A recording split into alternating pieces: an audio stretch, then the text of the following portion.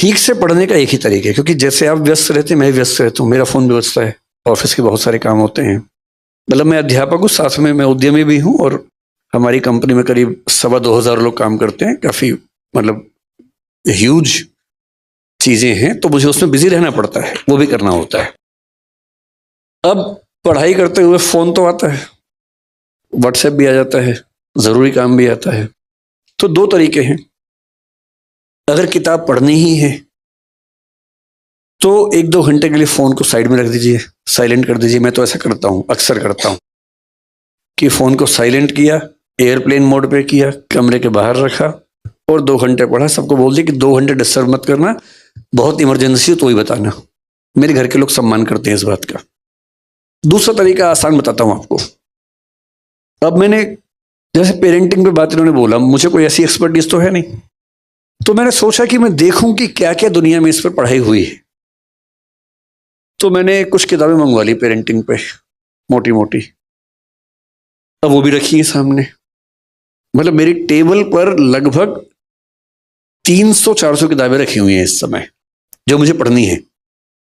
और अलमारी में 2000 अलग से हैं, जो अभी नहीं पढ़नी है, बाद में कभी पढ़नी होंगी, रखी बहुत सारी। और मैं खरीदता तुरंत हूं, मुझे कोई किताब मिलती है मैं तुरंत खरीदता हूं या मंगवा लेता हूं उसको, ताकि मुझ पर दबाव रहे कि ये भी पढ़नी है। अब मैंने तरीका क्या निकाला, मैं चैट जीपीटी पे गया। अब चैट जीपीटी के जमाने में सारी मेहनत मैं ही करूंगा, तो फिर मैं स्मार्ट कैसे हुआ। मैंने उससे पहला सवाल पूछा। मैं चैट जीपीटी का पेड वर्जन यूज करता हूं, वो थोड़ा ज्यादा स्मार्ट है, 4, अब 5 आने वाला है। मैंने उससे कहा, भाई पेरेंटिंग के बारे में दुनिया की सबसे अच्छी 10 किताबें बताओ कौन सी हैं। उसने 10 किताबों की लिस्ट दे दी। फिर मुझे क्या करना, मैंने कहा इन 10 के 10 का एसेंस बताओ, क्रक्स बताओ। फिर वो बेचारा मेहनत करता रहा 5-7 मिनट तक। 10 की 10 किताब को मैंने लिख भी दिया कि 1000 से 2000 शब्दों में हर किताब का चाहिए। 1 से 2000 शब्दों में हर किताब का क्रक्स उसने बता दिया। मैंने वो क्रक्स पढ़ा, 2-4 बातें काम की लगी, नोट कर ली, हो गया। हाँ, ऐसी कई ऐप्स है। एक इंस्टा रीड्स है, मैं वो भी यूज करता हूं।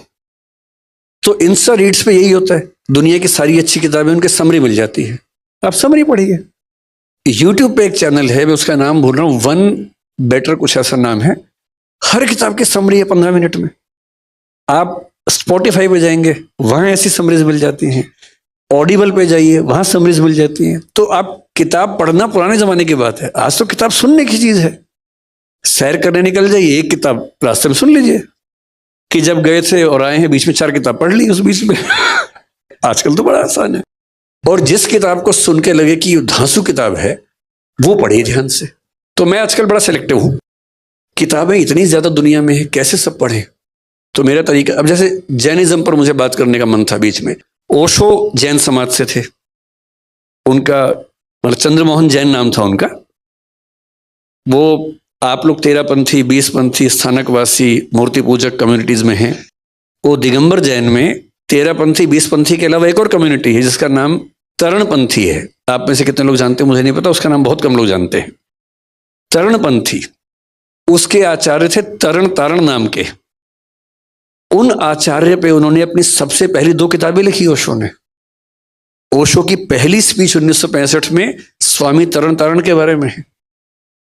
ओशो के आश्रम में जो नग्नता आप देखते हैं, उसका मूल असर दिगंबर परंपरा से आ रहा है।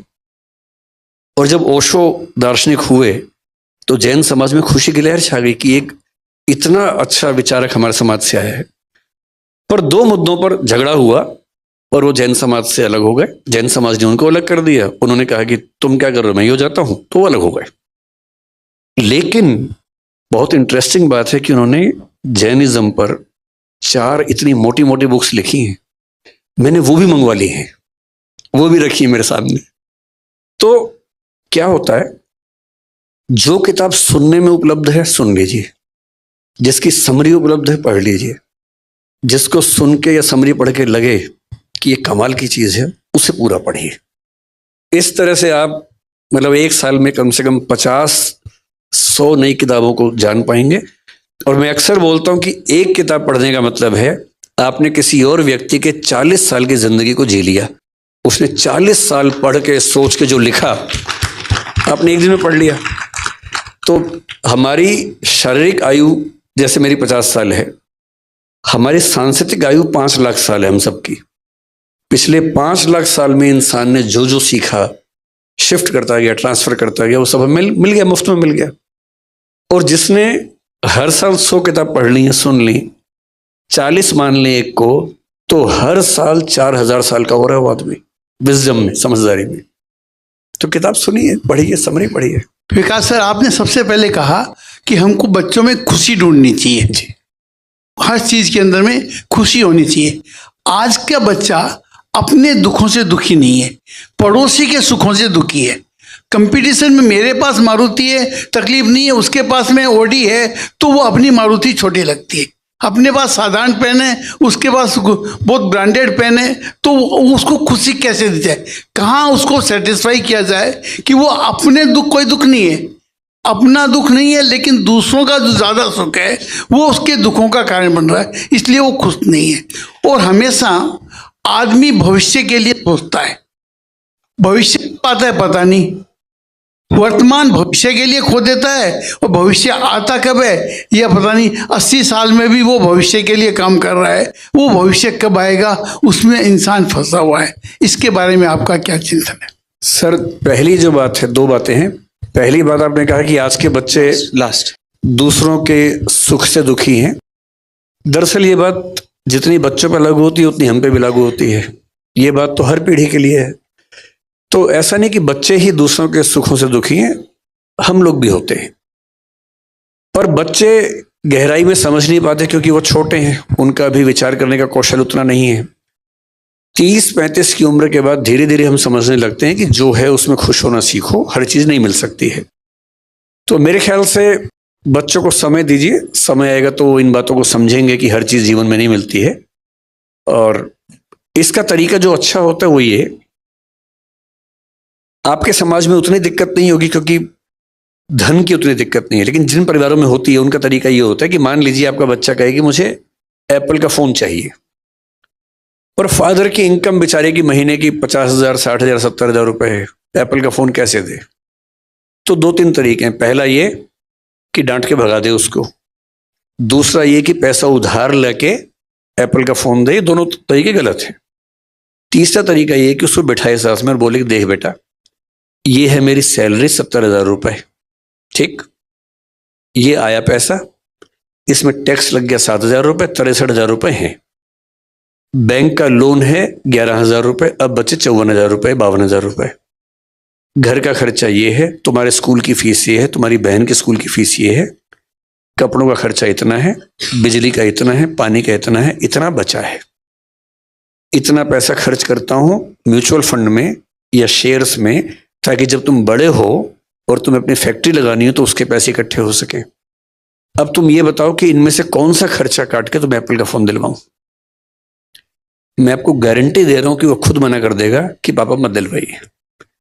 समझाने की बात भी तो है ना, केवल डांटने से या मना करने से क्या बात बनेगी?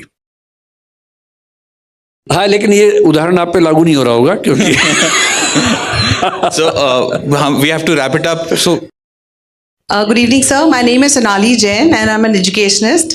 First and foremost, हम सबको पेरेंटिंग के बारे में बहुत वन ऑन एक्सपीरियंस है, पर फिर भी आपके सारे जो डिलीवरी है, आपकी जो एड्रेस है, उससे हम सबको रिचार्ज हुए हैं, उसके लिए धन्यवाद.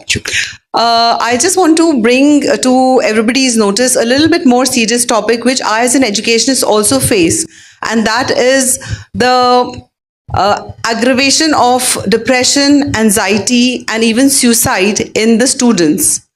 तो ये जो हम स्पेशली अगर यूपीएससी का नाम सुनते हैं और कोटा का नाम सुनते हैं तो सबसे पहले ऑफ कोर्स आईपीएस आईएएस से ख्याल तो आते ही हैं, and gratitude to all of that. But suicide के केसेस बढ़ते जा रहे हैं, ना केवल वहाँ, यहाँ दिल्ली में भी, बड़े शहरों में भी, छोटे शहरों में भी. सो इसका क्या कारण है? Is it because the children of today, the generation of today is less resilient, उनमें सहनशीलता की कमी है, या हम पेरेंट्स की कमी है कि हमें इंस्टेंट ग्रेटिफिकेशन उनको देते हैं और उन्हें एज आपने कहा स्ट्रगल स्ट्रगल से गुजरने नहीं देते, या फिर हमारा जो समाज है वो अभी भी पिछड़े हुए समाजों में ही है, जहाँ पे कंपटीशन इतना ज़्यादा है and survival of the fittest की पोजीशन आ गई है, जहाँ लाखों करोड़ों सीट्स लोग हैं लेकिन सीट्स खाली 100 या 200 अवेलेबल है. So what is your take on it and how can we get rid of the situation और at least bring it into control as parents? Thank you.